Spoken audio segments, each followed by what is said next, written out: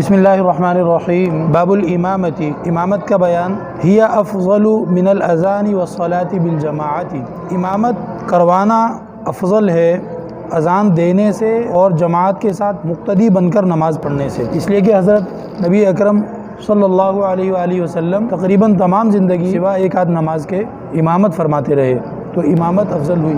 سنت للرجال، مردوں کے لیے امامت سنت ہے، عورت امام نہیں بن سکتی۔ عورتوں کی امام بن سکتی ہے لیکن مردوں کی امام نہیں بن سکتی۔ اگر کہیں اندر گھر ور میں پردے کی جگہ میں عورتیں جماعت کر لیں تو جائز ہے، افضل نہیں ہے، اور مردوں کا جماعت سے نماز پڑھنا ایک کو امام بنا کر ہی افضل ہے۔ الاحرار، جو کہ آزاد ہوں، ایسے مرد کو امام بنایا جائے جو آزاد ہو۔ اگر غلام کو امام بنا لیں گے تو نماز ہو تو جائے گی لیکن بہتر نہیں ہے۔ بلا عذر، تو کہہ رہے ہیں کہ یہ جماعت سے نماز پڑھنا اور امامت کرنا یہ سنت تب ہے جب عذر کوئی نہ ہو۔ اگر عذر ہو تو پھر آپ اکیلے نماز پڑھ سکتے ہیں، ورنہ امامت کروائیں، ایک کو امام بنائیں، باقی مقتدی بنیں۔ وشروط صحت الامامت للرجال الاصحاء ستۃ اشیاء، شرطیں امامت صحیح ہونے کی مردوں کے لیے، جو مرد امام بنے تو اس کی امامت صحیح کیسے ہوگی؟ ستۃ اشیاء، اصحاء کا مطلب ہے جو صحت مند ہو، صحیح کی جمع جیسا کہ حبیب کی جمع احبا، صحیح کی جمع اصحاء۔ نمبر 1 الاسلام، امام صاحب مسلمان تو ہونا بھائی، والبلوغ، اور امام صاحب بالغ ہوں، بچہ نہ ہو، والعقل، اور پاگل نہ ہو، والذکورۃ، مرد ہو، اور والقراءۃ، قراءت کر سکتا ہو۔ اگر کوئی آدمی قرآن نہیں پڑھ سکتا تو ظاہر ہے وہ کیسے امام بنے گا۔ والسلامۃ من الاعذار، جو معذور بن جاتے ہیں، آپ نے معذور کے احکام پڑھے ہیں پیچھے، تو مسلسل خون نکل رہا ہے جسم کے کسی حصے سے یا مسلسل پیشاب ٹپک رہا ہے تو وہ معذور ہوتے ہیں، تو وہ معذور جو ہے وہ امام نہ بنے صحت مند لوگوں کا۔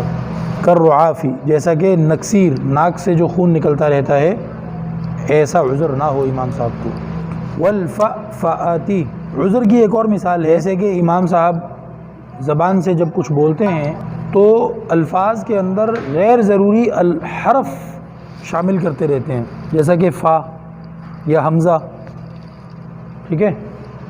خدا نہ خواستہ کسی کے زبان کے پٹھوں میں کوئی مسئلہ ہے اور وہ کوئی بھی بات کرنا چاہتا ہے تو بیچ میں فا کا حرف بیچ میں اضافہ کرتا رہتا ہے، لیکن کسی کو اللہ نہ کرے یہ بیماری بھی ہو سکتی ہے کہ وہ غیر ضروری حروف بیچ میں ڈال دیتا ہے، جیسا کہ فا کا حرف اور حمزہ کا حرف، میں وہاں جا رہا تھا تو، ٹھیک ہے، اس قسم کی اگر اس کو بیماری ہے تو اس کے پیچھے نماز نہ پڑھی جائے۔ والتمتمۃ، یہ بھی اسی قسم کی چیز ہے، کوئی بندہ کو سین کو تا بنا دیتا ہے یا کسی بھی دوسرے حرف کو دوسرا حرف بنا دیتا ہے۔ تمتمہ کا ویسے مطلب ہے کہ تا اور میم، تا میم زیادہ ڈال دیتا ہو اپنی گفتگو میں، اپنے غیر ضروری آوازیں ڈال دیتا ہو بیچ میں، مستی میں کرتا ہے تو اس کی دو چار لگنی چاہیے، لیکن ظاہر ہے یہ بیماری کی بات ہو رہی ہے، بیماری میں کر رہا ہے اسے۔ واللصغ، لصغ میں یہ ہوتا ہے کہ بعض لوگوں کے کچھ حروف کبھی نکلتے ہی نہیں ہیں، جیسا کہ را کو غین کہتے ہیں بعض لوگ، میں جاغا تھا، اس نے مجھے غوکا، مجھے ماغا، را کو غین کہہ رہے، تو یہ لصغ ہے۔ لصغ کوئی بھی ایسا حرف جو اس کا کبھی بھی صحیح نہیں نکلتا اور وہ اس حرف کو کوئی دوسری آواز دے کر ہی ہمیشہ نکالتا ہے۔ فقدی شرط، ایک شرط یہ ہے کہ امام صاحب کی نماز درست ہونے کی جو شرطیں ہیں ان میں سے کوئی شرط نہیں پائی جا رہی تو وہ بھی امام بننے کے قابل نہیں ہوگا بندہ۔ مثال کے طور پہ طہارت، امام صاحب کا وضو نہیں کا، طہارت امام صاحب کا وضو نہیں۔ وستر عورت، یا امام صاحب کے کپڑے صحیح نہیں ہیں، کم ہیں کپڑے، سجدے میں جاتے ہیں تو پیچھے سے ننگا ہو جاتا ہے، یا پھٹے ہوئے ہیں کپڑے، یا بہت اتنے باریک کپڑے ہیں کہ اندر کا نظر آ رہا ہے، تو ان کو آپ آگے کھڑا کر کے نماز نہیں پڑھ سکتے ان کے پیچھے۔ تو یہ شرائط ہیں، کسی کو جب آپ امام بنائیں تو ان شرائط کا خیال کر لیں۔ اور مردوں کے لیے اکیلے نماز پڑھنے سے بہتر کیا ہے کہ وہ جماعت کریں، اور اذان دینا بہت بڑے ثواب کا کام ہے، جماعت کے ساتھ پیچھے مقتدی بن کر نماز پڑھنا بہت بڑے ثواب کا کام ہے، لیکن ان سب سے افضل کیا ہے؟